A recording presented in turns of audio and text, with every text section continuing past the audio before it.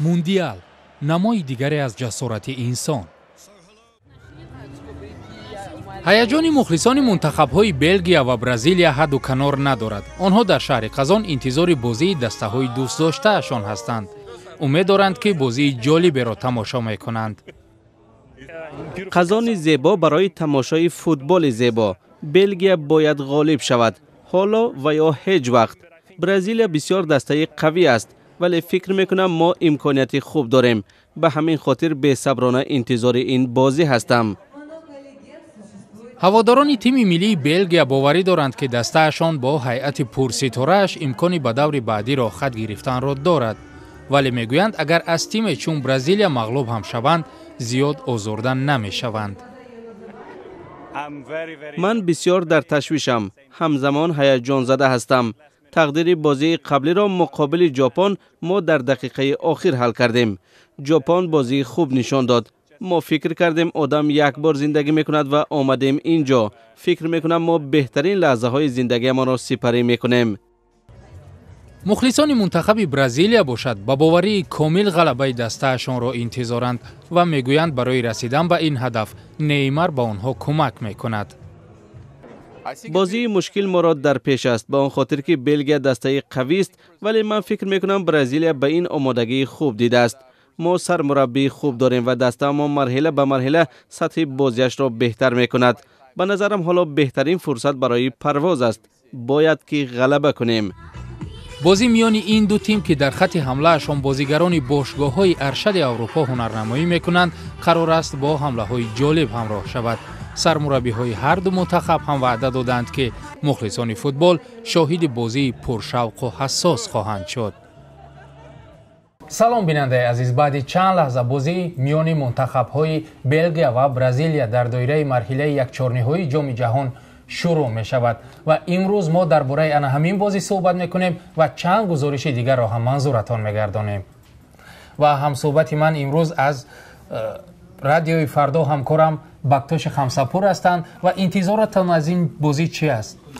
بازی بسیار دیدنی میتونه باشه، برای اینکه ما دو تا سبک فوتبال داریم. فوتبال اروپایی که در این بازی حساس یک چهارم پایانی بلژیک نمایندگیش میکنه و در اون سوی میدان برزیل قهرمان 5 دوره جام جهانی و دارای هواداران بیشمار در میان فوتبال دوستان جهان.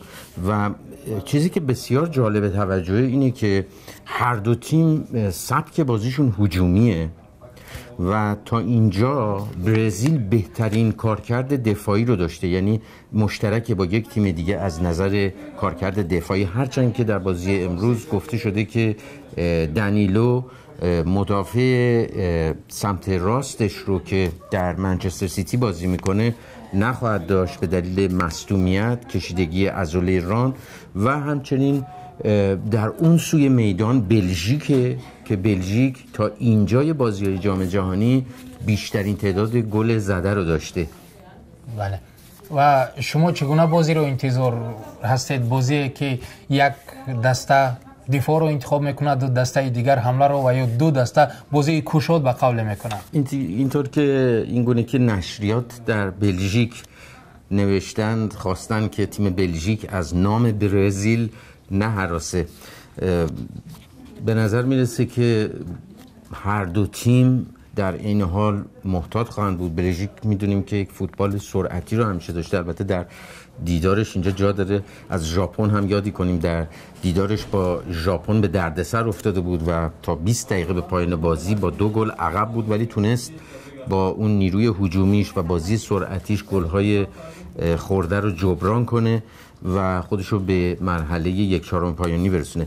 برزیل هم در آن سوی میدان یک تیمیه که دارای نام و اعتبار بلندیه، به ویژه بازی که در مرحله نیمه نهایی جام جهانی پیش در زمین خودش در کشور خودش با اون نتیجه بسیار زیاد به آلمان واگذار کرد، شاید براش انگیزه‌ای باشه که بخواد اون رو جبران کنه و این از طرفی هم اونها شاید زیر باری نیستن، چون وقتی شما یک شکست اونجور سنگینی رو متحمل شدین در کشور خودتون، الان شاید میتونین روانتر بازی کنین.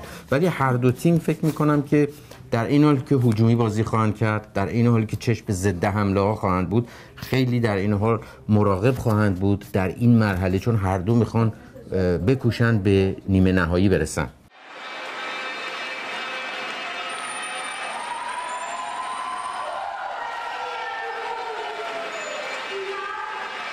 дар Ярослав бо имдоди делфинҳо пешгӯӣ шуд ки бозии Русия ва Хорватия ба зафари Русия поён меёбад. барои ду делфин бо номҳои Митя ва Офтобак дар ҳавз нишонаҳое бо ливоҳои Хорватия ва Русия партофтанд ва онҳо мебоист ин ҳалқаҳоро бармегардонданд. Русия 3-1 ғолиб омад. Мунтазир мемонем ки ин таъбир рост барояд. имрӯз маҳфили хубе буд. мухлисон хурсандӣ мекарданд, ҳуштаг мекашиданд, ливои Русияро меафшонданд. мухлисони Хорватия дар толор мутаассифона кам буданд. шояд барои ҳамин ғолибият насиби мо шуд. дар навбати аввал ҳар ду ҳам ливоҳоро оварданд ва таъбир бар мусовӣ шудани ҳисоб шуд. дар ду партоби дигар байрақи Русияро 2 маротиба делфин овард ва бо ҳамин хулоса шуд ки Русия Хорватияро бо ҳисоби 3-1 мағлуб мекунад. мо бори аввал чунин намоишро тамошо мекунем. мо ҳайрон шудем ки дар арафаи баромадани дастаи мо ба якчорфинал чунин як барнома таҳия шуд. ҳама дуду фарёд мекардем ва аз ғалабаи делфини худ лаззат мебурдем. сабқати Хорватия ва Русия рӯзи шанбе дар шаҳри Сочи баргузор мешавад.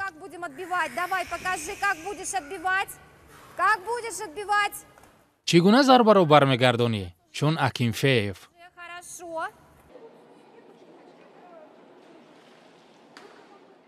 ҳайати ҳар ду даста ҳам пур аз ситораҳои футбол аст. ҳам ҳайати Бразилия ё пентакампионес, тавре гуфтед қаҳрамони панҷкаратаи дунё, ва ҳам ҳайати Белгия ки бисёр бозингарони ҷавон недорад ки дар ҳайати мунтахабҳои номдори Аврупо бозӣ мекунанд. ба назари шумо аз ин ду ҳайат кадом бозигар бештар бозиро ба дасти худ мегирад ва дастаашро ба пеш мебарад؟ خب در برزیل که همه نگاه ها به نیمار بوده تا اینجا، ولی فکر میکنم گذشته از بازیکن ها بیشتر تو این مرحله اون تفکر مربیان خواهد بود و کار تیمی، چون اینجا الان دیگه مرحله بسیار حساسیه، یعنی یک خطا، یک لغزش شما از نیمه نهایی باز میمونین و از رقابت‌ها میرین کنار. فکر میکنم هر دو تیم کار تیمی رو بیشتر دستور کار قرار خواهند داد. و چگونه نتیجه رو انتظار هستید اینشان؟ سخت تصورش که بخوایم ببینیم برزیل در نیمه نهایی نباشه. اگر بلژیک بتونه از این بازی پیروز بیاد و خودش رو به نیمه نهایی برسونه، اولین بار در تاریخش خواهد بود که 5 تا بازی پیاپی توی جام جهانی برده، یعنی 3 تا بازی گروهی رو، بازی 1/8 نهایی رو و 1/4 نهایی رو، و در نتیجه برای اولین بار رسیده به نیمه نهایی. برای برزیل هم همه چی بازه، یعنی برزیل 5 بار قهرمان جام جهانی بوده و هر دو طرف میتونه واقعا این نتیجه رو به سود خودش رقم بزنه. شاید هم پنالتی ها سرنوشت رو تعیین کنن. تشکر برای صحبت.